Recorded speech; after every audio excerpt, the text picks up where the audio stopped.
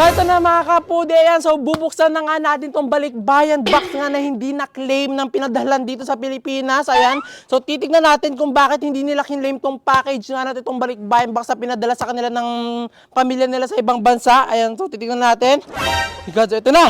Kapude, ayan. So sobrang excited ko ngayon sa video na to na medyo nalulungkot ng konti. Ayan. Kasi ngayong araw nga, mag-o-open nga ako ngayon ng balikbayan box. Ayan. Nagtataka kayo kung bakit nalulungkot ako. Kasi nung nakaraang araw nga, habang nagsaswipe nga ako sa Facebook, meron nga ako nakitang isang post na meron daw mga balikbayan box na hindi na daw nakiklaim na mga pinapadalhan. So ibig sabihin mga taon na daw nandun yung mga balikbayan box tapos wala daw nagkiklaim. Tapos habang nagbabasa ako ng comment section sa baba, yun pala mga balikbayan box na hindi nakiklaim na mga taon na or dekada na, ibinagbebenta na pala siya. Kaya naman agad-agad ko nga hinanap at naghanap talaga ako kung saan nga makakabili nga ng mga balikbayan box na hindi na na-unclaim. Kasi curious nga ako kung bakit nga hindi kinuha yun. Pati titignan nga natin kung ano nga yung mga laman na yon. At ngayong araw nga, ayan, sa wakas, after nga mahabang transaction, kasi nakahanap na nga ako ng ganon na mga balikbayan box na hindi nga na-claim. Ayan, so ngayon na diniliver dito sa bahay namin. Actually, hindi siya diniliver. Pinick up namin siya mismo dun sa warehouse. Amazing! Na kung saan nga kinukuha nga yung mga balikbayan box na hindi nga na-claim. Ayan, so ito na nga. Nabili ko na nga siya at mamaya ako sasabihin sa inyo yung presyo kung magkano ko siya nabili. At ito yung balikbayan box na yon. Ayan, kung makikita nyo, ay itsura niya. At itong balikbayan box na to, nabasa ko dito sa kanya pag ano ko, ito palang balikbayan box na to ay dadalhin sa Negros Occidental. So hindi siya nakarating ng Negros Occidental at hindi siya na-claim ng pamilyang para sa balikbayan box na to.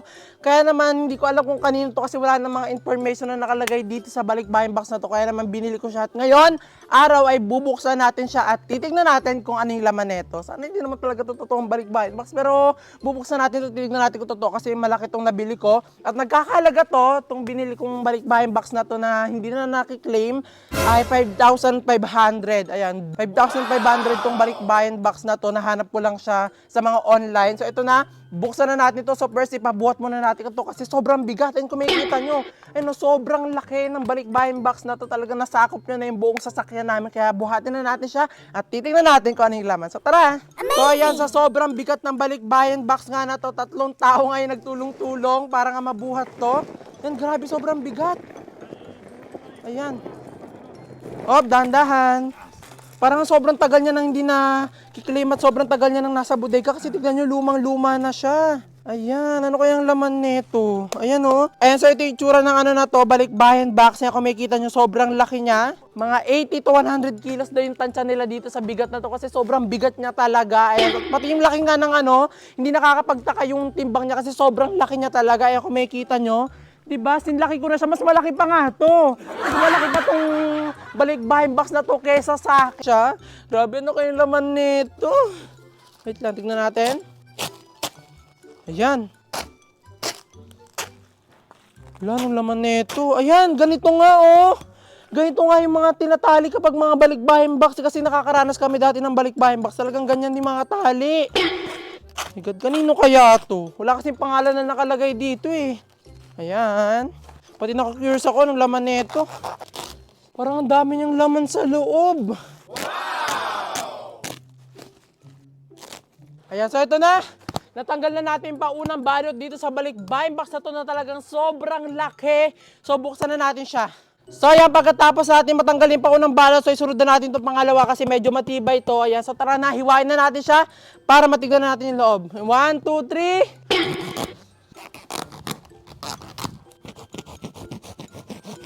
Oh my God! Nahati ko!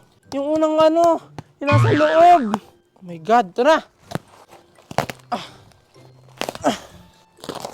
So ito na mga kapude, ayan, so bubuksan na nga natin itong balikbayan box nga na hindi na-claim ng pinadalhan dito sa Pilipinas. Ayan, so titignan natin kung bakit hindi nila kinlaim itong package nga natin itong balikbayan box na pinadala sa kanila ng pamilya nila sa ibang bansa. Ayan, so titignan natin. So ito na! So titignan natin yung loob.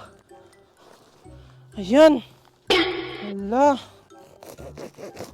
Sino kaya yung pamilyan to na hindi nila kinlaim to? So ito na. Tanggalin na natin kasi merong balot dito sa ilalim itong balikbayan box na to. So titignan na natin ang nasa loob nito in 1, 2, 3. Ayan, ayan. Ayan, puro plastic bags ulit. Na, in 1, 2, 3, go. Hala! Ano to, unan? Ano to? Ayan, so ang una nating nakuha dito sa balikbayan box na to ay unan. Ayan, siguro yung pinagpadalhan nito, wala silang unan kaya pinadalhan sila galing sa ibang bansa.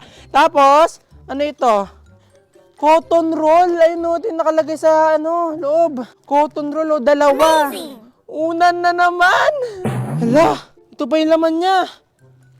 Grabe, hala, may basag. Nabasag, oh. Ang daming laman ha, talagang balot na balot. Parang nakakalungkot naman kasi hindi na ito nakarating sa pamilya nila. Bakit kaya hindi nila kinlaim tong package na to, no? Kasi ito, meron pa ditong plato. Ayan, ang laking plato. Worth 5,500 tong binili ko na to. Ang presyo na itong balikbayan box na to ay worth 5,000. Ayan. Tapos, ano pa ito? Ayan. Ito yung mga nilalagay sa lamesa. Amazing! Gawin natin ito nabasag na plato. Siguro sa pagkakabiyahe niya to. Ayan, so tanggal na natin yung mga basag-basag. So ito, kumuha pa tayo. Ayan. May kasamang buhok. May kasamang buhok sa loob. So ito na, kunin pa natin. Ano to? Hala. Binalot pa nila sa tela. Tignan nyo. Kaso yung loob, basag-basag. Tama? Di ko alam. I-check namin ito mamaya. Sa tabi muna natin ito dito. Ayan. Ano pa to? Yung bango. Oh my God! Ang tagal niya na nga! Sa Sa bodega kasi tignan nyo, oh. Ito yung pabango. Halatang galing siya sa Saudi. Kasi may brand na ganyan. Ito, dalawa sila. At ang bango kaso sayang. Kasi tignan nyo, oh. Nagtapon-tapon na yung mga pabango talaga nasira na. Tatabi lang natin dito yung mga nakukuha natin. Kunin pa natin. Ano to? Kumot. Parang kumot. Dami pang laman. Ito ang bigat. Ano kaya to? Buksan natin. Oh my God, ano to? Sabon na naman? Grabe, ano to, tawas? Asukal? Uy, kinakabahan ako ha. Anong tawas mo? May lubid ba? Ano ito? Bakit may ganito sa balikbayan box? Grabe, ano to? Sino nagpadala nito? Kasi parang itsura nyo, parang asukal. Ayan. Pero ang bango niya. Ayan, so ito pa. Dami niya tagang laman sa loob. Hala. Ayan. May kasama pang ganito. Nakalagay sa loob ng damit. Talagang OFW talaga nagpadala nito kasi alam na alam niya yung mga lagayan ng balikbayan box. Diba pag nagpapadala tayo ng balikbayan box, talagang nilalagay natin sa damit yung mga babasagin. Talagang dito nilalagay. Bakit kaya hindi ito kinlaim ng pamilya nila, no? Ayan, so meron tayo ditong damit na ganito. Ayan, itim. Ayan. Ano to? Pantimpla ng kape? Ano yan? Ano ito? Sa CR. Pantaklob sa CR. Ayan o. Ayan, ang dami niyang laman na puro mga tela. Ano pa to? Ayan, baka tawas na naman to ha. Ayan, ito na naman. Grabe, ano to? Tabi na natin yan. Ayan, ito pa. Ito na naman yun. Ayan, medyo may basag siya na konti. Ayan, so ang daming damit. Ayan, duster. Ayan, plato. Ayan, di ko alam kung ang tawag dito. Ayan, meron din ganito. And tapos ito sa gilid, may malaking plato. Di ko plato ba to? Ang laki niya. Ito pa. Ayan, sira na, nabasag na. Ayan, kumot. Kumot. Ayan, ano pa to? Sayang, ang ganda sana kaso nasira. Ayan, damit. Ayan, ito mga pang-scoop. Pangkadkad. Wine glass. Aba, oh, meron pa mga maliliit na garap. Ang dami. Ayan, ito pa. Ano kaya to, tawas? Ayan, oh. Ayan, baso. Ayan, ganito. Sa lamesa to. Jumper. Ito pa. Parang yung pinadalhan nito, merong restaurant kasi may ganito pang serve. Ito, para saan to? Ito naman, pabango. Pabango. So, ayan, magsusuot na tayo ng gloves para hindi tayo mabubog kasi may mga bubog tayong nakakapa. Baso! Baso! Baso, puro baso, damit, baso. Ganun yung nakakalagay dito. Kaya man chocolate. Ito, ano to? Baka to na naman yun ha? Ano kaya to? Ah! Ganun na naman! Ano na kaya ito? Ba't ganun na naman? Para saan yun? Ayan, ito pa. Merong sapatos. Wow, Converse. Sapatos. Kaso, isa lang ba? Ayan, ito! Oh my God! May lamang ganito itong balikbayan box. Grabe magagamit to ng ate ko. Ito. Oh. Ayan. Pampasok, di ba? Okay, pag may event tayo, no? Sapatos na itim. Ito pa. Ayan, meron pa, oh. Pares pa. Puro baso kasi. Ayan, oh, baso. Ano, parang maliit na platito. Ayan, merong base. Amazing!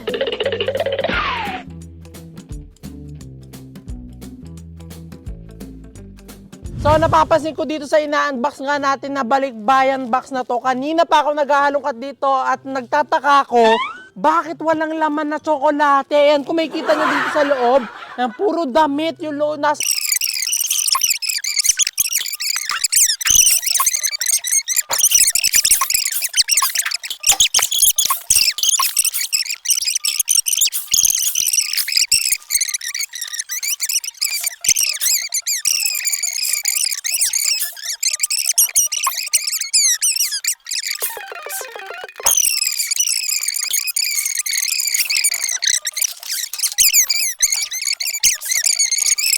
Oh, para kami nagtayo dito ng Japan surplus.